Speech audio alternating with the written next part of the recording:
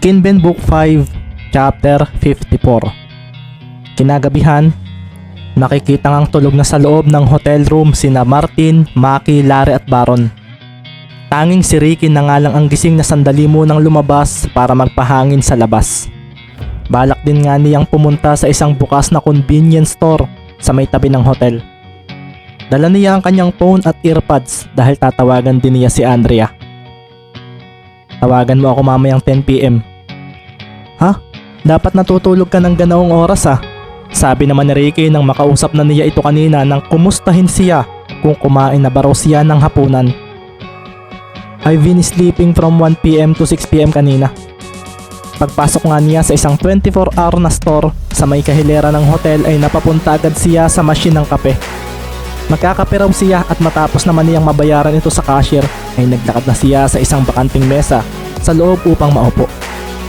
Humikab pa nga siya at mahaba-haba raw ang magiging pahinga nila ngayon dahil wala silang laro sa 4th day ng Mimaropa League.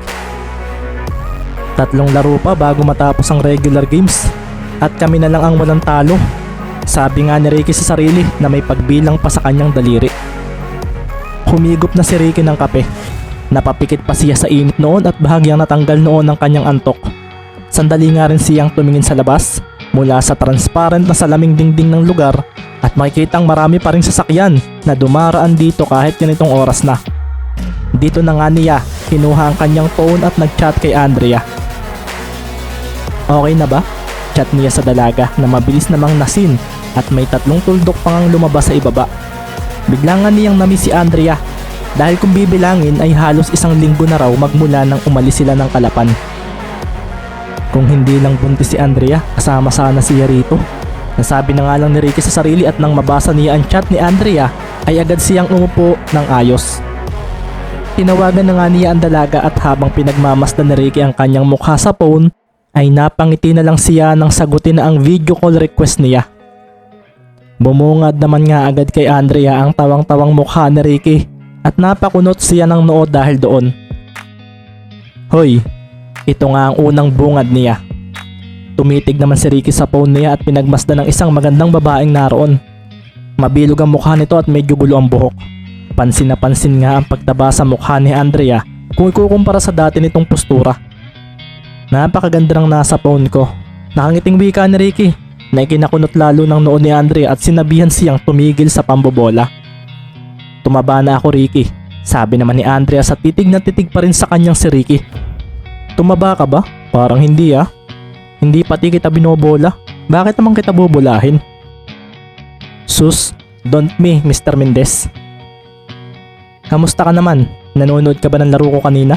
Dagdag pa nga ni Ricky at medyo nag-ayos naman si Andrea ng buhok sa kabilang linya. Yap, ako pa ba nga absent sa game mo?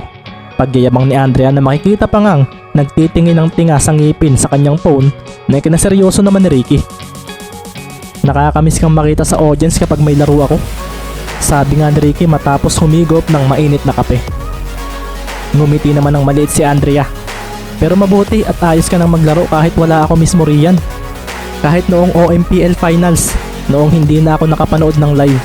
Kasi tanda ko noon, hindi ka mapakali kapag wala ako sa audience. Hindi ah, saan mo naman nakuha yan? Bulalas ni Ricky na parang ayaw tanggapin ang sinabi ng kausap niya. Huwag kang tatanggi Ricky, sadya naman. Tanda mo noong maglalaro ka sa kanubing, noong galing kang Mansalay. Akala mo yata noon ay hindi ako darating ano. Natatawang wika ni Andrea kay Ricky na panay ang tanggi pa rin. Alin iyon? Hindi ko alam yun. Sabi nga ni Ricky na kunwari ay nag-iisip. Asus, don't me Ricky. Kuya Baron told me. I asked him. Akala mo ha? Ang pangit to ng laro mo kasi syempre wala ang number 1 fan mo. Sabi pa ni Andrea nang ngiting-ngiti kay Ricky na nakaseryoso lang ng tingin sa kanya. Naglalaro ako kahit wala ka ah. Isa pa, hindi naman kita hinihintay ng araw na iyon. Kahit magpaliwanag ka Ricky, alam kong hindi ka naglalaro ng maganda kapag wala ako. Remember iyong practice game ninyo against Rojas team? O tapos, if hindi mo ako accidentally na nakita, siguro walang kwenta ang naging laban mo kay Dre Sanchez. Aminin, tuwang-tuwa ka noong nakita mo ako na nanonood. Sabi pa nga ni Andrea, na titig kay Ricky na tumingin naman sa labas nang marinig iyon. Bakit ba ganyan ang topic natin? Tanong na nga lang ni Ricky kay Andrea na bigla siyang tinawanan. Nahihiya ka ba sa akin? Nakakatuwa nga kasi kahit wala na ako sa likuran mo kapag may laro ka ay ayos na ang laro mo. Talagang matured gaming ka na sa loob ng court ah. Sabi pa nga ni Andrea at si Ricky naman ay pinagmasdan siya at ngumiti. Pero iba pa rin Andrea kapag naririnig ko ang boses mo na sumisigaw. Iba kasi kapag ikaw ang nag-cheer. Nakakalakas ng katawan at determination. Sabi ni Ricky na napatawa pa sa sarili dahil ang baduy raw ng nasasabi niya. Asus, so tama ako? Tanong ni Andrea na nakapisil sa pisngi ang isa niyang kamay. Slight. Slight pala ah. Sabi naman ni Andrea at si Ricky ay bigla namang bumawi ng sagot. Syempre tama ka. Sinanay mo kasi akong nanonood ka sa paglalaro ko ng basketball. Ano ang expected mong mararamdaman ko kapag wala ka para mag-cheer sa akin? Kaso sabi mo nga, iba na ako ngayon. Natatawang wika pa nga ni Ricky. Oo nga, famous ka na after ng game ninyo kanina. I check your accounts and ang daming dumagdag na followers sa ginawa nating page mo at ang daming nag-message. At ang dami ring babaeng nag-hi sa iyo ah. Sabi nga ni Andrea na medyo naging masungit ang tono sa dulo. Parang may something iyong last mong sinabi. Tanong nga ni Ricky at sabi naman agad ni Andrea ay wala naman daw. Basta huwag lalaki ang ulo if maging famous ka na sa marami. Huwag kang gagaya doon sa iba na biglang yumabang at lumimot sa pinanggalingan. Wika naman ni Andrea at tumango naman si Ricky. Pero so far humble ka pa rin naman kaya nakakatuwa. Dagdag pa ng dalaga na ikinangiti ng binata. At I'm sure after nitong Mima Ropa League marami na ang magkaka-enter sa iyo. Hindi ko nga alam kung saan ako may excite, sa paglabas ba ng anak natin o sa pagpasok mo sa isang national league. Papanoorin ka namin ng anak mo if okay na siyang isama sa paglalaro mo. Sabi pa ni Andrea at si Ricky ay seryoso itong pinagbasdan. Ako? Excited na akong lumabas ang anak natin. Sigurado ako paglaki niyan magiging halimaw rin siya sa basketball. Sigurado iyon.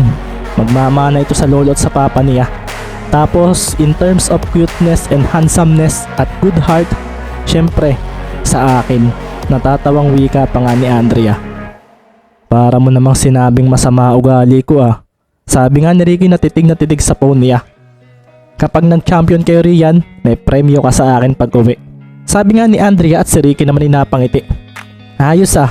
Sige, anong premyo ba para galingan ko? Tanong ni Ricky na inubos na nga ng tuluyan ng kanyang kape.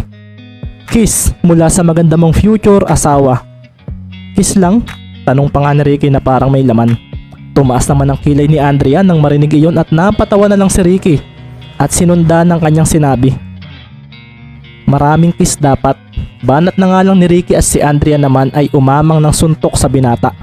Akala ko may something kang kalokohang naisip eh.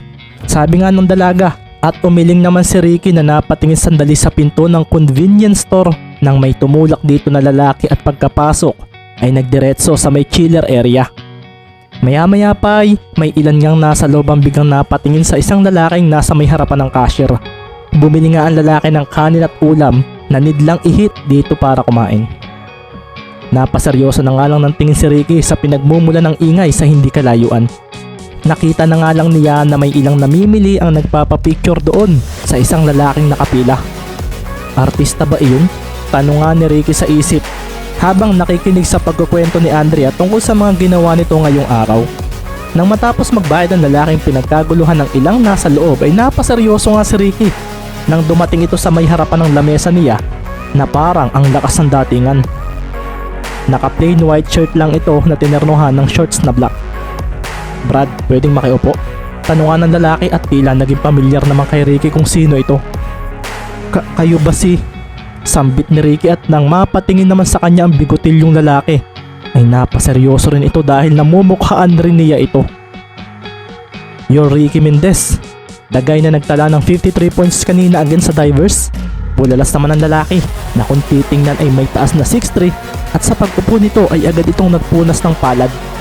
Inilahad niya ang kanyang kamay sa harapan ng binata na parang na-starstruck sa kanya. Ikaw si Jason Castro? Ang best point guard ng Asia? Ilang taon na nakakalipas, hindi ba? Sambit ni Ricky. At kung hindi siya gaanong active sa pagkilala ng mga magagaling na manlalaro sa kasalukuyan ay hindi naman niya makakalimutan ang mga basketball players sa national team noong nasa college pa siya. Ngumiti ang lalaki at tumango. Sa pagkakaalam nga ni Ricky ay nag-retired na ito sa basketball at hindi siya makapaniwala na narito ito sa kanyang harapan.